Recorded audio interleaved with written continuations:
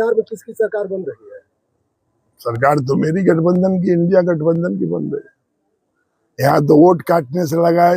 ये तो मामा मारिद के वंशज है भाई।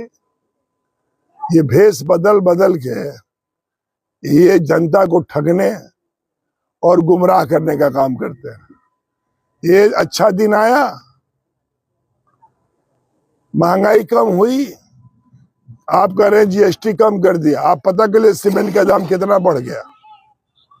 सीमेंट का दाम बढ़ गया, कपड़ा का दाम बढ़ गया, धागा का दाम हम कम नहीं किया, जीएसटी कम कर दिया। तो जब धागा का दाम बढ़ गया तो फिर जीएसटी कम इससे हुई। ये तो एक छलावा है, एक धोखा है। प्रमुख मुद्दा आप लोगों का क्या रहेगा महागठबंधन का? अरे भाई, इस मुद्दे के आधार पर आप लोग मैं बेरोजगारी के सवाल पर लड़ूंगा, भ्रष्टाचार के सवाल पर लड़ूंगा, महंगाई के सवाल पर लड़ूंगा। आईएसआर कोई मुद्दा रहेगा कि नहीं? हाँ, आईएसआर कोई मुद्दा रहेगा कि नहीं? देखिए, वो मुद्दा तो सामयिक है, लेकिन जो बुनियादी मुद्दा है, किसान, आप बताइए, नहर ठीक हुई बिहार की? बिजली छोड़ दो आप, और सड़क के साथ साथ स्वास्थ्य ठीक हुआ, एजुकेशन ठीक हुआ, जो दोनों मेजर चीज है।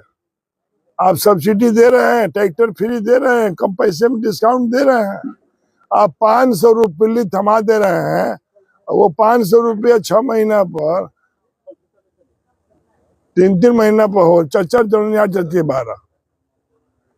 तो आप आ जा रहा है पैसा, उस पैसे को आप एक बार देंगे तो खाद खरीद लेगा, मजदूरी कर लेगा, उससे कोई अच्छा काम कर लेगा। खाद आपको नहीं मिल रही है, खाद एक मेरा मुद्दा रहेगा। पैदावार नहीं बढ़ेगी तो बढ़ती हुई आबादी में हम खाएं, मछली का पालन कैसे होगा?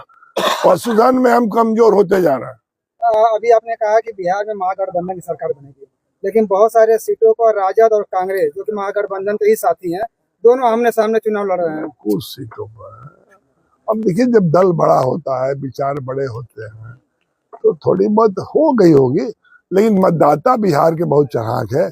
जो जीतेगा वोट के खराब ना हो, उसी को वोट देकर वो बताएगा कि इस बार तेजस्वी जी ने लाखों लोगों को नौकरी दिया। मेरे गांव की 9 बच्चियां हुई, बहुत बच्चियां नौकरी पाए।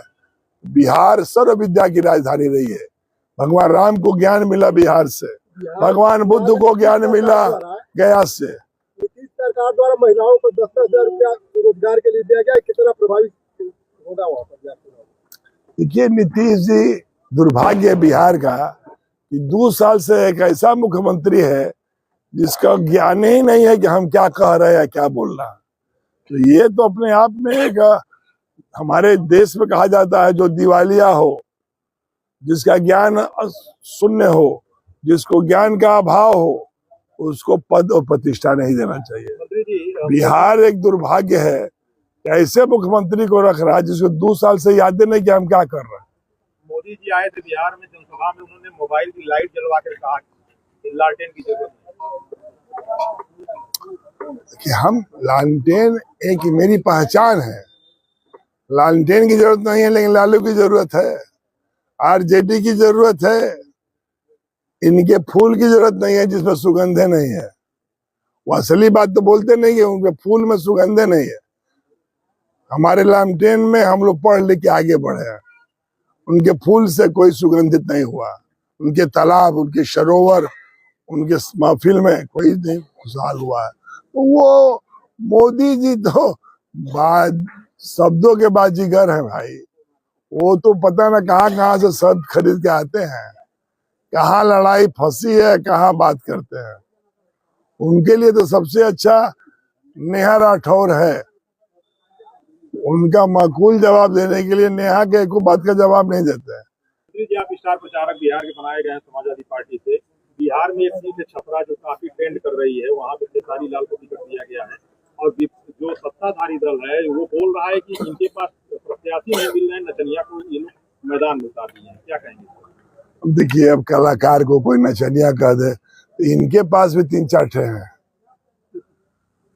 हेमा मालिनी जी क्या है? सीता है, माँ सीता नहीं ना है। हम उनको बोल देंगे तब उच्च कोटि के हैं तो कैसा लगेगा? कि सारी गरीब का बेटा है जो बम्बई में जाकर नाम रोशन किया, गरीब का बेटा है जिनको नचनिया दिखाई दे रहा है, और जो अंग्रेजी में बोल रहा है डू दिस व्हाई नॉट बतिया रहा है तो उनको कलाकार दिखाई दे रहा है। यूपी गवर्नमेंट के मंत्री आए थे रविंद्र जायसवाल, उन्होंने अखिलेश जी को अंग्रेजों का एजेंट बता दिया है। और बच्चा भी कहा कि राजनीति के भी बच्चे हैं। अब हर आदमी के जवाब नहीं देंगे यार।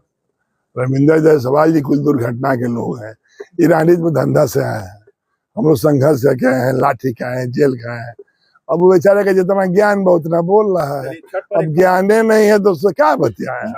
है कि महागठबंधन ने माइनॉरिटी का कोई उप मुख्यमंत्री का प्रत्याशी नहीं दिया, क्या कहेंगे? ये आप लोग के दिमाग का उपज है जो आप लोग ये विपक्ष अरे माइनॉरिटी वो दिए हैं,